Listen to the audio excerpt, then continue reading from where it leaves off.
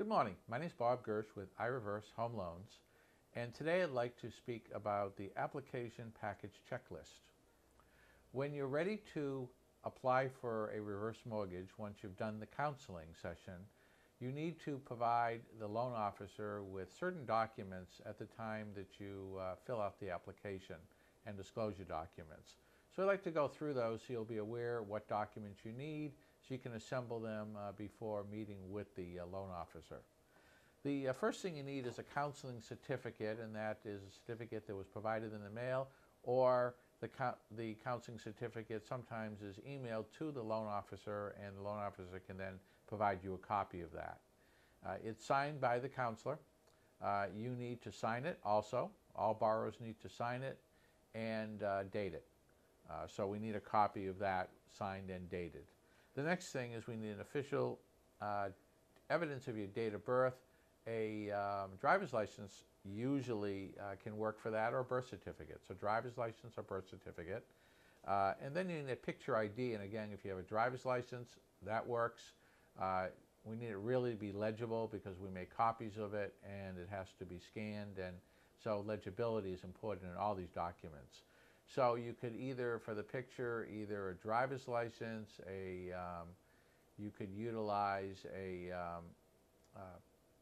passport, or you could utilize, a lot of times people who don't drive and don't have a passport can go to the Registry of Motor Vehicles and they can provide you with a evidence, some proof of who you are, and usually has a picture on it. So something with a picture and your name on it. Now the next thing we need is proof of your Social Security number, which is Social Security card, or if that's been long ago, really ratty and messed up, which a lot of times they are over the years, we can also use a Medicare card because it'll also have your number on it. So Social Security card or Medicare card to get your Social Security number. We need a copy of your most recent real estate tax bill. They come out usually quarterly. In some jurisdictions they come out semi-annually or annually, but around here in Massachusetts at least it's usually quarterly, so we need a recent tax bill on there. Also, homeowners insurance. When you get your policy, there's what they call a declaration page. It's the first page. It's a cover page, and it has the name of the insurance agency and the insurance company, their phone number, their address, your insurance ID numbers, and other information. So we do need a copy of that front page, not the whole policy, but the front page. Also, if you have a mortgage, some people have a line of credit, home equity loan line with the bank, or a regular mortgage. We need a copy of most recent statement with all the information on it, the account number, the name of the bank, and their phone numbers, etc. Also, if you have any of the following, we need more documentation. If there's a trust, if the property's in a form of trust, we need a copy of that trust agreement. All pages of that document are needed. If you're going under a power of attorney, so that there's someone other than the borrowers actually signing the documents potentially, we do need a full copy of that power of attorney, and we do need to discuss the power of attorney. We have some paperwork which will provide you with instructions if there's a power of attorney and what else we need. Typically it's a doctor's letter, but specific wording needs to be in that doctor's letter, and we can provide you with a copy of that instructions, so when you speak to the doctor you can get the exact right wording by the doctor so that we don't have to go back and forth multiple times. And you'd provide us a copy of that doctor's letter.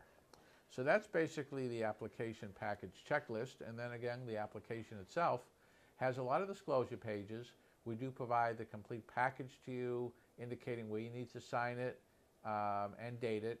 And also, we do need to make sure that that's done within 3 days of the date on the application for meeting disclosure requirements and rules and regulations and laws.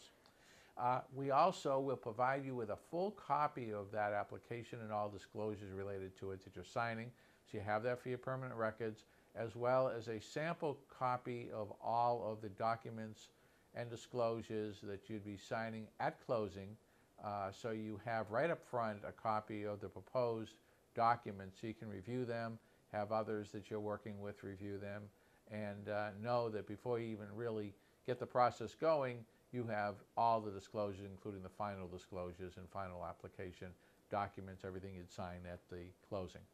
So that's how it works. If you have any questions, give us a call at 781-202-7475. Again, 781-202-7475. My name is Bob Gersh with iReverse Home Loans. Look forward to working with you. Give us a call, send us an email if you have any questions, and we'd be more than pleased to answer them. No cost, no obligation. And again, just to reiterate that you do need to go through the counseling before you can actually sign an application. So that if you have questions regarding that process or want to start the process, just give us a call, and it's 781-202-7475, extension 700, and we'll be more than pleased to work with you. And have a good day and a good week, and see you soon.